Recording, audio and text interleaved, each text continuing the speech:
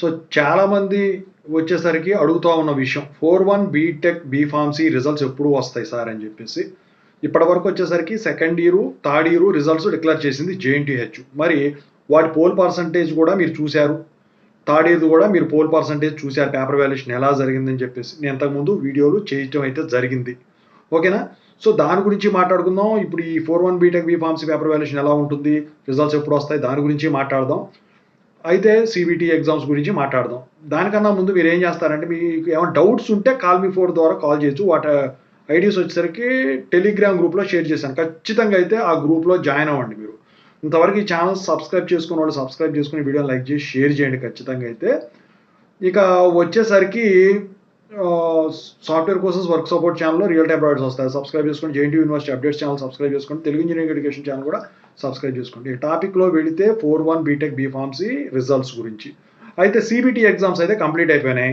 ఇక మిగిలిందల్లా ఏంటి, marks entry, వాటి మ్యాపింగు, ఇంటర్నల్స్తో మ్యాపింగ్ అవ్వాలంటే ఈ సిబిటి ఎగ్జామ్స్ ఎవరైతే రాశారో వాళ్ళ ఇంటర్నల్స్ పాత ఇంటర్నల్స్తో రీప్లేస్ చేయాల్సి ఉంటుందన్నమాట. పేపర్ వాల్యుయేషన్ అయితే ఆన్లైన్లో కానివ్వండి ఆఫ్లైన్లో కానీ కంప్లీట్ అయింది. అయితే సెకండ్ ఇయర్ పేపర్ వాల్యుయేషన్ వచ్చేసరికి కొంచెం స్ట్రిక్ట్గా జరిగినప్పటికీ కూడా 2-1-2 3-1-3-2 మాత్రం కొంచెం మీకు సాటిస్ఫాక్టరీగా ఉన్నట్టే పేపర్ వాల్యుయేషన్ అయితే జరిగింది. బాగానే జరిగింది, ఈజీగా. చాలా మంది కూడా పాస్ అయ్యారు, కామెంట్లు కూడా పెడతా ఉన్నారు చాలామంది స్టూడెంట్స్ కూడా. మరి 4-1 బీటెక్ బీఫార్మసీ పరిస్థితి ఏంటి? పేపర్ వాల్యుయేషన్ అయితే మీరు ఊహించని విధంగా అయితే పాయింట్లు వస్తాయి. బాగా ఈజీగా జరుగుతుంది. లాస్ట్ ఇయర్ కొంచెం కష్టంగా జరిగిందిలే, కానీ ఈసారి మాత్రం బీఫార్మసీ చేసుకున్నా 4-1 బీటెక్ తీసుకున్నా మాత్రం ఖచ్చితంగా అయితే మీకు చాలా ఈజీగా పాస్ అయిపోతారు అందరూ కూడా. ఎక్కువ శాతం మందికి పాయింట్లు వస్తాయి. ఓకేనా? ఎక్కువ పాయింట్లు వస్తాయి. అసలు ఏమి రాయని వాళ్ళకైతే నేనేం చెప్పలేను కానండి, మ్యాక్సిమం అయితే అందరూ పాస్ అయ్యే విధంగానే మీకు ఈసారి పేపర్ వాల్యుయేషన్ అయితే జరుగుతుంది. మరి రిజల్ట్స్ ఎప్పుడు వచ్చేదానికి ఛాన్స్ ఉంటుంది. సో రిజల్ట్స్ రావాలి అంటే ఈ మార్క్స్ ఎంట్రీకి మ్యాపింగ్ అనేది కంప్లీట్ అవ్వాలి. అప్పుడు వెరిఫికేషన్ అనేది ఉంటుంది. అయితే ఈ మంత్ 15th లోపు మీకు 4-1 బీటెక్ బీఫార్మసీ రిజల్ట్స్ అయితే డిక్లేర్ అయిపోతాయి. మరి 4-1 బీటెక్ 4-1 బీఫార్మసీ రెండు ఒకేసారి వస్తాయి అంటే ఎప్పుడు వచ్చేసరికి ఏంటంటే అండి, 4-1 బీటెక్ కానీ 4-1 బీఫార్మసీ కానీ ముందు రిలీజ్ చేస్తారు. ఆ తర్వాత వారం 10 రోజుల గ్యాప్లో రెండోది రిలీజ్ చేస్తారు.